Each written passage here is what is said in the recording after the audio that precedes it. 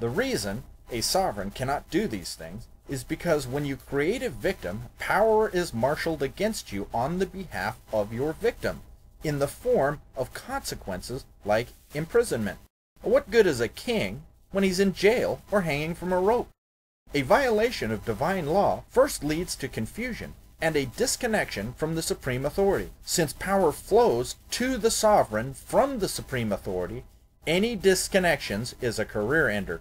How does one refrain from creating an accidental victim? Divine grace and protection, and I will show you how to put that tool in place a little later. A sovereign is not permitted to place anything between him and the supreme authority, and that means no king, no government, no fiction, no false god, no man, woman, or agency. What does a sovereign get in exchange? A sovereign gets new cleaned out senses that allow him to perceive the world around them accurately without any ego interference. A sovereign is altered such that they are able to understand the images and communication that the supreme authority uses to speak to man.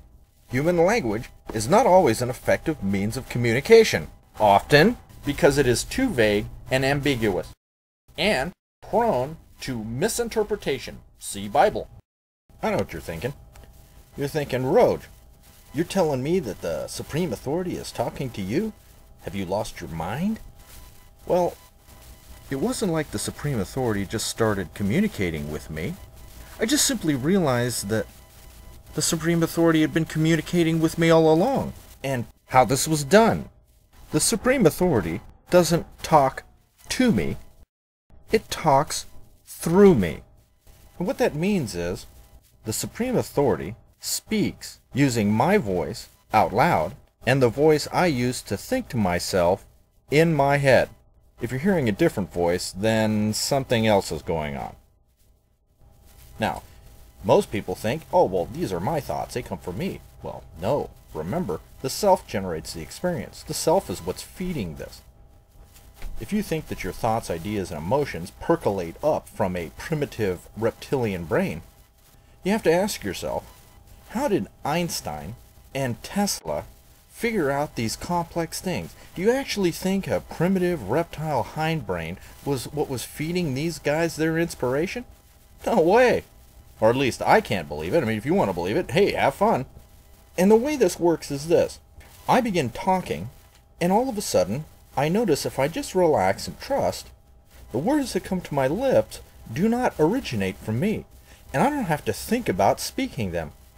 Similarly, when I'm thinking to myself in my mind, if I just relax, they'll take on a mind of their own.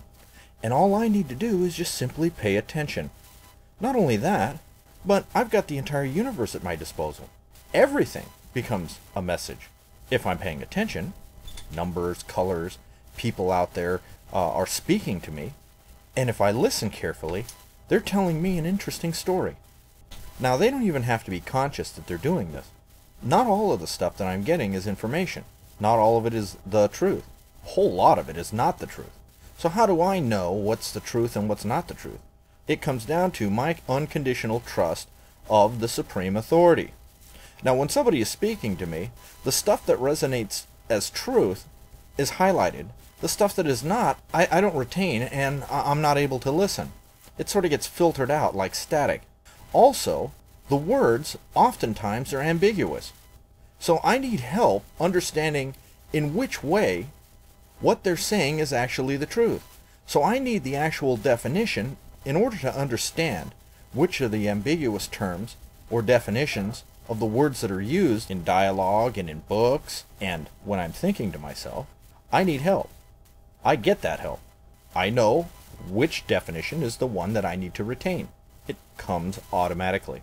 That is, if I relax and let it happen. Now, I also get images. I also get these things that people call visions. They're very vivid imagery. They have a very important meaning. And if I research that meaning, or if I don't understand, I can simply look in my experience, and throughout the day, that imagery will actually be defined through concrete experience. Now, you have to ask to be shown these things. If you don't ask, it's not forced down your throat. You have to be willing. And if you're willing and you ask, you'll start seeing these things in your daily lives. When you start reading books, the same thing applies. The stuff that's the truth will stick out, and there will be no ambiguity in the terms because those will be defined for you. Why? Because you're not trusting what you're reading. You're trusting the supreme authority. And it's through that connection that you get the accurate, truthful meaning of what's being presented to you. Now, most people don't understand that. However, there are people high up in the clergy that already understand this principle. They know when they read Scripture that they have to have that connection. Otherwise, it's just an academic exercise. And that academic exercise will often lead you to believe in something that's deception. And it's your own fault, because if you give place to that, you only have yourself to blame. Now, understand that these things are lessons, but you shouldn't be doing these things over and over again. Learn the lesson once. A sovereign sees coincidence as purpose, irony as just and deserving consequence, and they get to know how and why the stuff in their lives does what it does. A sovereign does not need to subject him or herself to the will of another. A sovereign is educated to the divine law, and it flows from his mouth and comes to his lips exactly when he or she needs it. All unprocessed life experience or ego clutter is reviewed one by one, and the sovereign is taught why the experience happened, what was the good lesson learned, and why it was a good thing. A sovereign is able to now look back fondly at the most heinous experience and see the good in it. This relieves the burden of these loose ends, hang-ups, phobias, etc., such that he becomes unencumbered and feels lighter. That is enlightenment, or to feel lighter and unburdened, not glowing like a projector bulb. Imagine how hard it would be to sleep if you were glowing. The sovereign is then free to play the game at an accelerated pace and learn at a mind-boggling rate. A sovereign will not suffer by betrayal or deception. A sovereign does things automatically. A sovereign's wants are aligned with their needs, such that merely doing what they want is exactly what they need. In speaking the truth, a sovereign wields a weapon more powerful than any devised by man, and can instill immediate terror in the confused and morally feeble. Sovereigns do not relate to others through the pretense of egos, and are able to cut directly to the self, thereby knowing the good in the men and women around them immediately. Life becomes fun and easy. The divine law of contract. Why is it important that a sovereign understand the divine law of contract?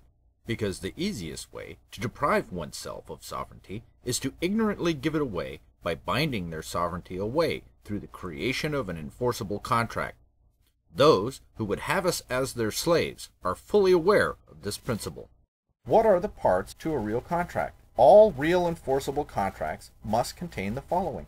Enforceable means power will be used in its execution, and the binding to terms. Said a different way, the supreme authority moves the universe to make it happen, or the parties suffer consequences if they fail to meet their obligations.